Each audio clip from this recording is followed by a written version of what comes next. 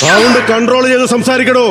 ഏത് സൗണ്ടിന് ചിരിക്കുന്നു, ഏത് സൗണ്ടിന് വെട്ടിയെറിയുന്നു എനിക്ക് പോലും അറിയില്ലടാ. ഈശ്വര, ഇവിടെ ആരില്ലല്ലോ ഇതൊന്ന് പറഞ്ഞു ചിരിക്കാനായി. സഹൃദയ കലാസ്നേഹികളെ, തൊണ്ടയ്ക്ക് ചെറിയ ഒരു പ്രശ്നം ഉണ്ടാവുന്ന ശബ്ദം കുറച്ച് ബുദ്ധിമുട്ടായിട്ടായിരിക്കും കേൾക്കുന്നത്. ബട്ട് അത് നിങ്ങൾ ഒന്ന് ക്ഷമിക്കണം, ഒരു കുഴപ്പമില്ല. ഗാരവിന്റെ അഖണ്ഡ 2 ഇറങ്ങിയ കാര്യം നിങ്ങൾ എല്ലാവരും അറിഞ്ഞിട്ടുണ്ടായിരിക്കും. കാരണം ഒരുപാട് റോസ്റ്റ് വീഡിയോസ് ഓൾറെഡി വന്നിട്ടുണ്ട്.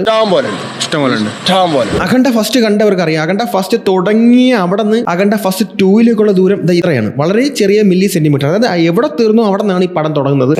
നേരെ പടത്തിലോട്ട് കിടക്കുന്നു. ഒരു തള്ളുമുപ്പ് വന്ന് നിന്ന് KGF റോക്കി ബൈ ഇൻട്രോഡ്യൂസ് ചെയ്യുന്ന പുലിമുരുകനെ തള്ളുമൂപ്പം കാട്ടിയിരുന്ന് ഇൻട്രോഡ്യൂസ് ചെയ്യുന്ന പോലെ ബാലയെ പറ്റി ഇങ്ങനെ ഇൻട്രോഡ്യൂസ് ചെയ്യുകയാണ്. അത് എങ്ങനെയാന്ന് വെച്ച് കഴിഞ്ഞാൽ ബാലയെ കാണിക്കുന്ന അക്രമങ്ങൾ കാരണം ബാലയെ പിടിച്ച് പൂട്ടിടാൻ തീരുമാനിക്കുകയാണ്. അപ്പൊ ബാലയെ സാധാരണ മനുഷ്യനിൽ നിന്നും അദ്ദേഹം ദൈവപുത്രനാണെന്നും അദ്ദേഹത്തിന് അമാനുഷിക കഴിവുകളുണ്ടെന്നൊക്കെ പറഞ്ഞ് കിളവൻ ഇരുന്ന് ഇങ്ങനെ തള്ളയാണ്. ഭയങ്കര പവർഫുൾ ആണ്. തള്ളിങ്ങനെ നടന്നുകൊണ്ടിരിക്കുമ്പോൾ തന്നെ നമ്മൾ നോക്കുമ്പോൾ ബാല ഇങ്ങനെ ഗ്രീൻ സ്ക്രീൻ വെച്ച് മഞ്ഞ് VFX ആയിട്ട് ചെയ്യുന്ന ഒരു ഡിജിറ്റൽ ആർട്ട് ലോകത്തിനകത്തൂടെ ബാലയെ ഇങ്ങനെ സ്ലോ മോഷനിൽ നടക്കുകയാണ്. അതും ട്രെഡ്മില്ലിൽ നടക്കുകയാണെന്നുള്ളതും പുറകിൽ ഗ്രീൻ സ്ക്രീൻ ആണെന്നും VFX ആണെന്നും നമുക്ക് വ്യക്തമായിട്ട് മനസ്സിലാവും.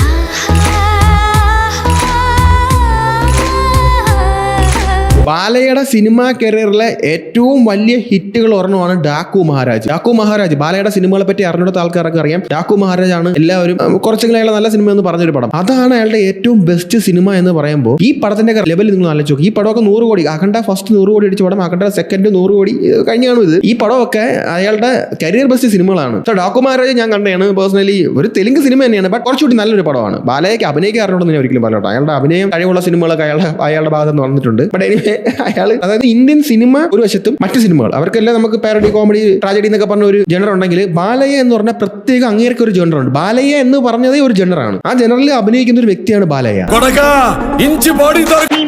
സോ അത് കഴിഞ്ഞിട്ട് ഈ ഹിമാലയത്തിന്റെ ഒത്ത നടുക്കൊരു ഗുഹയ്ക്കകത്ത് കുറെ മുനിമാരിരുന്ന് അങ്ങനെ ഹോമം ചെയ്യാണ്. ഈ ഹോമം ചെയ്യുമ്പോൾ നീ ഇങ്ങനെ ഒഴിക്കുന്നുണ്ട്. അപ്പൊ എന്റെ ഡൗട്ട് എന്ന് പറഞ്ഞാൽ ഈ ഹോമം ചെയ്യുമ്പോൾ നീ തണുക്കൂലേ?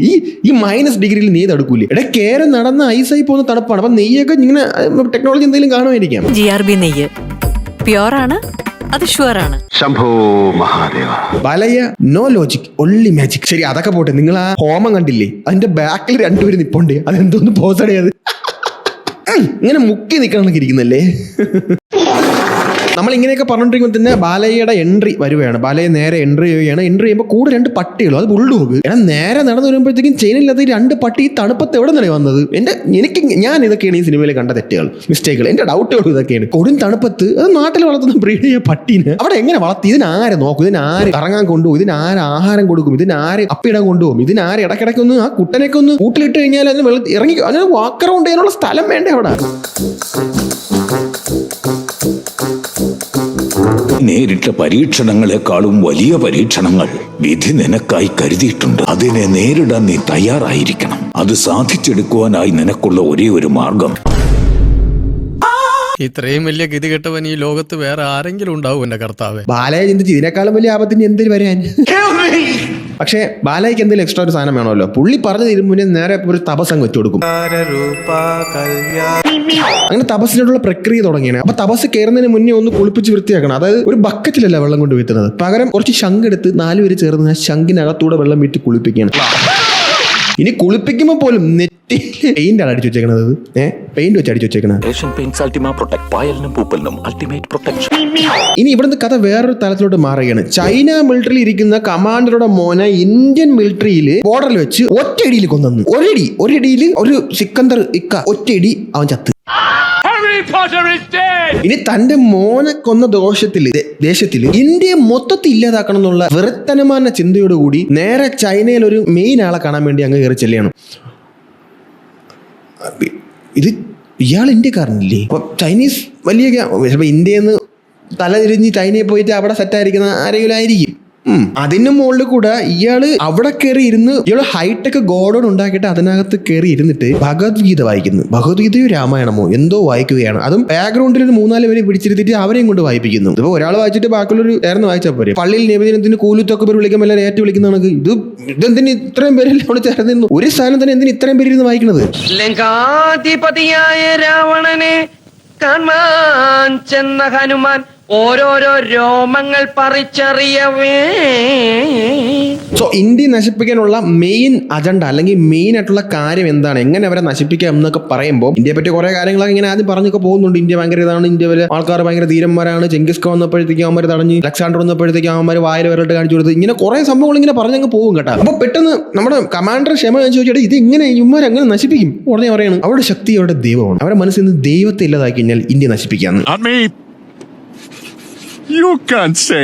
പക്ക അജണ്ട, ദൈവത്തിന്റെ അജണ്ട. ഞാൻ ഇവിടെ പറയുകയാണ് സുഹൃത്തുക്കളെ, ദൈവം ഉണ്ടോ ഇല്ലേ എന്നുള്ളത് വിശ്വാസികളുടെ മനസ്സിനെ അടിസ്ഥാനപ്പെടുത്തിയിരിക്കും. സയന്റിഫിക് ടെമ്പറാണ് വേണ്ടത്. ഇത്തരത്തിലുള്ള സിനിമകൾ നിരന്തരമായിട്ട് ഇന്ത്യയിൽ മതവും ദൈവങ്ങളും കുറെ നാളായിട്ട് എനിക്ക് അറിഞ്ഞൂടെ ഒരു അജണ്ട ഇങ്ങനെ പോകുന്നുണ്ട് ഇന്ത്യൻ സിനിമ ഇൻഡസ്ട്രിക്കകത്ത്. ഇപ്പം ഒരുപാട് വലിയ വലിയ ഫിലിം മേക്കേഴ്സിനെ പോലെ എടുത്താലും രാമനും സീതയും വിട്ടൊരു കളിയില്ല, ഹനുമാനെ വിട്ടൊരു കളിയില്ല.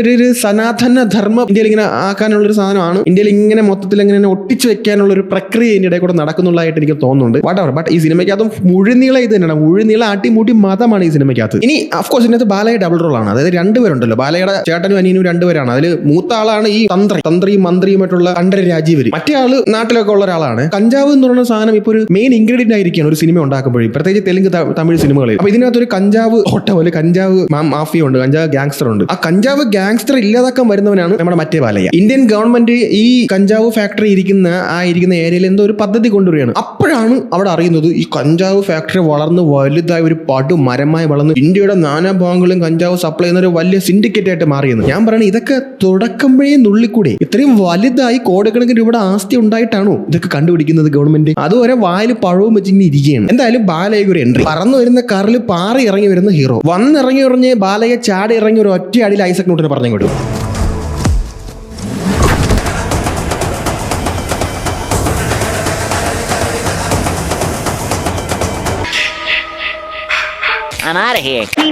ബാലയുടെ സിനിമകളുടെ ഫൈറ്റിനെ പറ്റി ഞാൻ പ്രത്യേകിച്ച് എടുത്ത് പറയണ്ടല്ലോ. പുള്ളിയുടെ ഒരു സ്റ്റൈൽ ഉണ്ടല്ലോ ഫൈറ്റ്.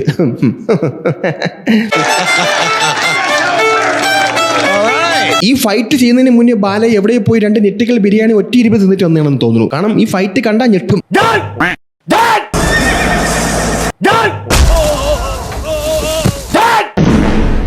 വെറും ഫൈറ്റ് മാത്രം പോരല്ലോ, 2 ഡയലോഗ് കൂടെ വേണ്ടേ? ഫൈറ്റിന്റെ ഇടയിൽ കൂടെ ബാലയ 2 ഡയലോഗ് പറയും. ഡാൻസ് കളിക്കുമ്പോൾ പാട്ട് പാടുന്ന പോലെ, അത് മൈക്കൽ ജാക്സനെ പറ്റൂ. പുള്ളി അതുപോലെയാണ്, ഫൈറ്റ് ചെയ്യുമ്പോഴത്തേക്കും ഡയലോഗ് പറയും. കണക്ക് കൂട്ടാൻ ഞാൻ എന്താ വെറും ലേ ഔട്ട് ആണെന്ന് കരുതിയോ?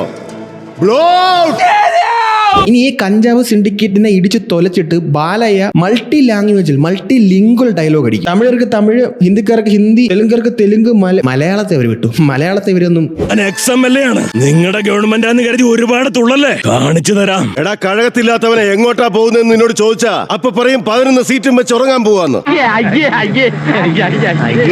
കണ്ണടി കൊക്കണോ? കന്നഡ പ്രസ് 1.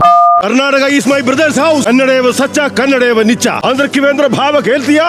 സത്യമാണോ ഈ പറയുന്നത്? സത്യം ആയില്ലും ശരി, ഭഗവതിയാണ് സത്യം. എന്തുകൊണ്ട് ഇത് നേരത്തെ പറഞ്ഞില്ല?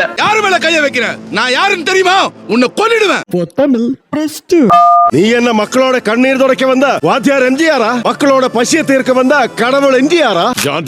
മുംബൈ माफिया की बारे में हिंदी के लिए 3 दबाए.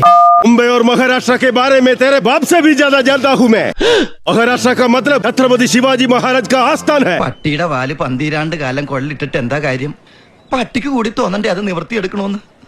എന്തായാലും ഇത്രയും ലാംഗ്വേജിൽ ഡയലോഗ് പറയുന്ന ബാലയെ കണ്ട് അവിടെ കൂടിയുന്ന ആൾക്കാർക്ക് കരയാണ്. ഒരു കസ്റ്റമർ കെയറിൽ വിളിച്ചൊരു ഫീലിംഗ്. നമുക്കിത് ഇവിടെ ഇരുന്നല്ലേ ഇതൊക്കെ പറഞ്ഞ് ചെയ്യാനും സന്തോഷിക്കാനും പറ്റുള്ളൂ. തെലുങ്ക് നാട്ടിൽ പോയി കഴിഞ്ഞാൽ അമ്മ അടിച്ചെരും ജപിക്കല്ലേ ഇതൊക്കെ കേട്ടേച്ചാ. ബാലയ എന്ന് പറഞ്ഞു കഴിഞ്ഞാൽ ആരെന്നറിയാം ആ നാട്ടില് തോൽവിയുടെ പടുകുഴി. ഇനി ഈ ബാലയ്ക്ക് ഒരു മോളുണ്ട്, 17 വയസ്സുള്ള ഒരു പെണ്ണാണ്. ആ പെണ്ണ് സയന്റിസ്റ്റ് ഒക്കെ ആവാൻ വേണ്ടി അത്ര ഐക്യമുള്ള, ഇന്ത്യയിൽ ഏറ്റവും ഐക്യമുള്ള പെണ്ണായിട്ടാണ് കണക്കൂട്ടുന്നത്. ഭയങ്കര ബുദ്ധിയാണ്. ഇന്ത്യക്ക് ഡിഫൻസിന് വേണ്ടിയിട്ട് എന്തോ പുതിയ ഡെവലപ്മെന്റ് ഒക്കെ നടത്തി തണുപ്പത്തും വെയിലത്തും മഞ്ഞത്തും ഇടാൻ പറ്റുന്ന എന്തോ ഒരു സാധനം തയ്യാറാക്കുന്ന കണ്ടുപിടുത്തതിന്റെ പുറകിലാണ്. ബട്ട് എന്റെ ക്വസ്റ്റ്യൻ അതല്ല. അഖണ്ഡ ഫസ്റ്റിൽ ഈ പൊടി കൊച്ചായിരുന്ന കൊച്ച് വളർന്ന് 17 വയസ്സായപ്പോഴത്തേക്കും വലുതായി. ബാലയ അന്നും ഇതേപോലെ ഇരിക്കുന്നു, ഇന്നും ഇതേപോലെ ഇരിക്കുന്നു. എന്തൊരു ഇമ്മോർട്ടലാ. ശരി, എന്തായാലും ഈ പെണ്ണ് വളർന്ന് വലുതായല്ലോ, കുറച്ച് അറിവൊക്കെ വെച്ച് ബുദ്ധിയൊക്കെ വെച്ച് സയന്റിസ്റ്റ് അല്ലേ, നമ്മൾ വിചാരിക്കും ഓഫ് തെറ്റ്, സയന്റിസ്റ്റ് ആയല്ലോ. അറിവൊക്കെ വന്നിട്ടുണ്ട്, പക്ഷെ ഈ അറിവൊക്കെ എവിടെ നിന്ന് വന്ന? ഇത്രയും ചെറിയ പ്രായത്തില് അത്ര കോംപ്ലിക്കേറ്റഡ് ആയിട്ടുള്ള പ്രോബ്ലത്തിന് സൊല്യൂഷൻ കണ്ടുപിടിക്കാനുള്ള ഐഡിയ എവിടെ നിന്നാ കിട്ടിയത്? രാമായണത്തിൽ നിന്നാണ് സർ. എങ്ങനെ ഇരിക്കണം? ഇനി നമ്മൾ ചൈനീസ് വില്ലനെ കണ്ടില്ലേ, അവനെക്കാളും വലിയൊരു ടെറർ വില്ലൻ ഇന്ത്യക്കകത്തുണ്ട്. ഇന്ത്യയിലെ അടിവാരം തോണ്ടനായിട്ട് ഇന്ത്യയിൽ പുറന്നു വരുത്താൻ അവൻ നേരെ നമ്മുടെ പ്രൈം മിനിസ്റ്ററെയൊക്കെ പോയി ഭീഷണിപ്പെടുത്തുന്നത് പോയിട്ട് പ്രൈം മിനിസ്റ്റർ ഓഫീസിനകത്ത് ഇവർ എങ്ങനെ എപ്പോഴും പോയി കയറണമെന്നാണ് എനിക്ക് അറിഞ്ഞുള്ളത്. വീട്ടിലെ അറ്റാച്ച്ഡ് ബാത്റൂമിൽ കയറണക്കാണ് അവൻ നേരെ പോയി പ്രൈം മിനിസ്റ്റർ ഓഫീസിലോട്ട് കയറിച്ചാണ്. അത് 2 മല്ലന്മാരെ സൈഡിൽ നിർത്തിയിട്ടുണ്ട്. നമ്മൾ പണ്ടൊക്കെ സ്കൂളിൽ കൊണ്ടുവന്ന ചോറ്റോത്രല്ലേ 3 തട്ടുള്ള, അതുപോലെയാണ് ഇവന്മാർ എപ്പോഴും ചേർന്ന് ഒട്ടി നടക്കും. 3 പേര് എവിടെ പോലെ ഒരുമിച്ചാണ്. ഇനി നമ്മുടെ ആ സയന്റിസ്റ്റ് പെണ്ണിന്റെ ബർത്ത്ഡേ ആണ്. അങ്ങനെ വീട്ടിലോട്ട് വിളിച്ച് വരുത്തിയിട്ട് അവിടെ പുള്ളി വലിയൊരു സദ്യയൊക്കെ ഉണ്ടാക്കി ആൾക്കാർക്ക് ആഹാരം കൊടുക്കുകയാണ്. പക്ഷെ പെട്ടെന്ന് പുള്ളിക്ക് ഒരു സ്ട്രോക്ക് ഒന്നങ്ങ് നിന്നു. മോള് വരുമ്പോഴത്തേക്കാണ് ആ സ്ട്രോക്ക് വരണം. പിന്നെ അനങ്ങും ഒരു 5 മിനിറ്റത്തേക്ക് അതേപോലെ അങ്ങനെ നിൽക്കുകയാണ്, സ്റ്റക്കായി. പക്ഷെ അങ്ങനെയല്ല ഗൈസ്, ഈ പെണ്ണിന്റെ മാഡം വരും, അതായത് പെണ്ണിന്റെ സീനിയർ, ഈ പെണ്ണിനെ നോക്കുന്ന സീനിയർ വരും, അവരുടെ സീനിയർ സയന്റിസ്റ്റ്. അവൾ വരുമ്പോഴത്തേക്കും കണ്ടതും ഈ പ്രതിമയിൽ നിന്ന മനുഷ്യൻ പെട്ടെന്ന് അങ്ങ് മൂഡ് മാറിയാണ്. പിന്നെ അയാളും ഭാര്യയൊക്കെ മരിച്ചിരിക്കുകയാണ്. ഫസ്റ്റില് ഭാര്യ മരിച്ചുപോയി. സുന്ദരിയായ ഒരു സ്ത്രീയെ കാണും, ഷഷ്ടി പൂർത്തിയായ ഒരു പയ്യനല്ലേ, ആഗ്രഹങ്ങളെ കാണും.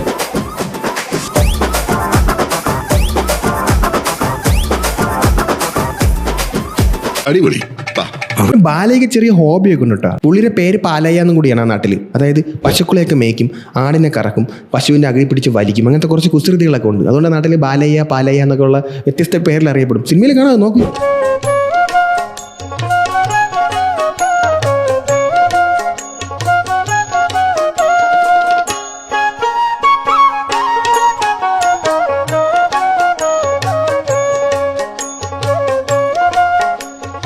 സോ സാധാരണ നമ്മുടെ എപ്പോഴത്തെ വേട്ടമൃഗം എന്ന് പറഞ്ഞാൽ പാകിസ്ഥാനാണ്. ഇത്തവണ എന്തായാലും വെറൈറ്റിക്ക് അവർ ചൈനയെ പിടിച്ചിട്ടുണ്ട്. സോ ചൈന എന്താ ചെയ്യുന്നത് വെച്ചാൽ ചൈന ഒരു ബയോ വാർ ഇന്ത്യക്കെതിരെ നോക്കിയാണ്. അത് മഹാകുംഭമേളയില്ലേ, കുംഭമേളയിൽ കൊണ്ടുപോയിട്ട് ഇവർ വെള്ളത്തിൽ ഒരു കൃമി കീടാണുവിനെ ഇടും. അത് നമ്മളൊരു വൈറസാണ്. നമ്മൾ ശരീരത്തിൽ കയറി കഴിഞ്ഞാൽ നമ്മൾ അൺകോൺഷ്യസ്ലി അബ്സ്കോണ്ട് ആവും. അതാണ് സംഭവം.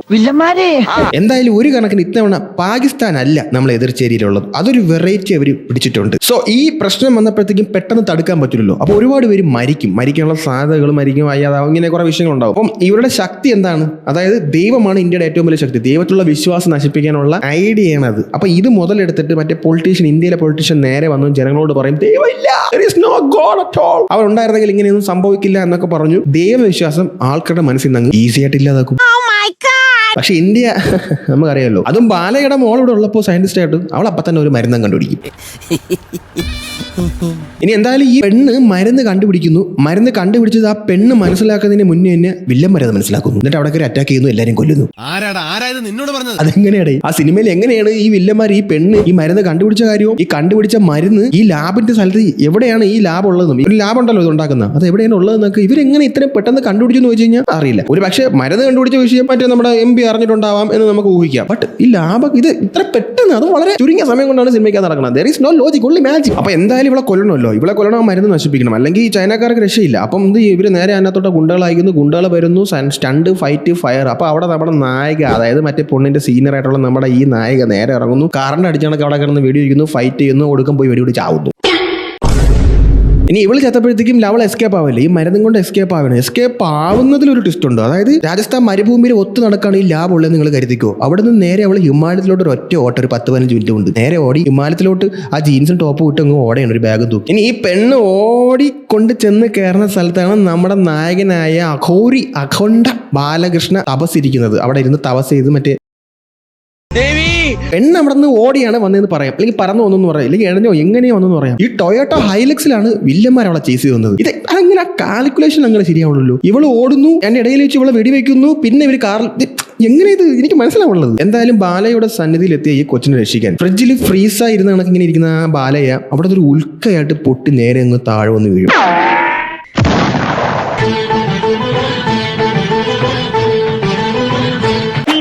പിന്നെ അവിടെ വന്നിട്ടൊരു ഫൈറ്റാണ്. എന്റെ പൊന്ന് ഗായ്സ്,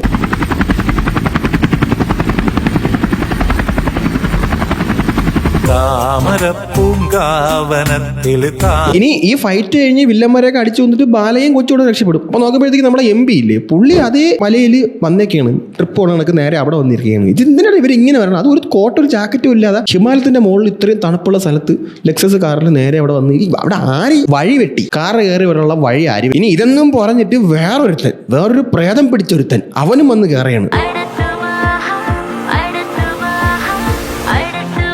അവൻ അവ ഇത് എവിടെ വന്നെന്ന് വെച്ച് കഴിഞ്ഞാൽ നീ എവിടെ വന്ന മരഭൂതമേ? ഈ തണുപ്പത്ത് ഉമാരെല്ലാം എവിടെ കുഴികുത്തിരിക്കണം എന്നാണ് ഞാൻ ആലോചിക്കുന്നത്. ഞാൻ അതുവഴി അതിൽ ബൈപ്പാസ് വല്ലതും പോകണുണ്ടാ. നീ ഇവൻ വന്നിട്ട് അവന്റെ വക ഒരു വലിയ ഫ്ലാഷ് ബാക്ക് അത് കേട്ട് അവസാനം നമ്മൾ ഗൂഗിൾ മാപ്പിൽ വഴി കെട്ടിയാണെങ്കിൽ എവിടെയൊക്കെ കയറി പോകും.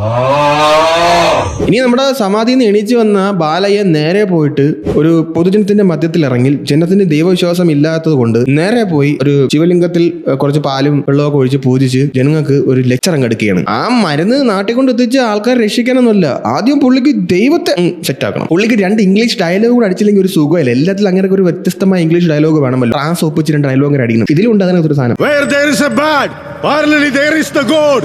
Be brave. ഇത്ര നേരം നമ്മൾ സംസാരിച്ചില്ലേ, ഇനി ഒരു മാജിക് ആവാം.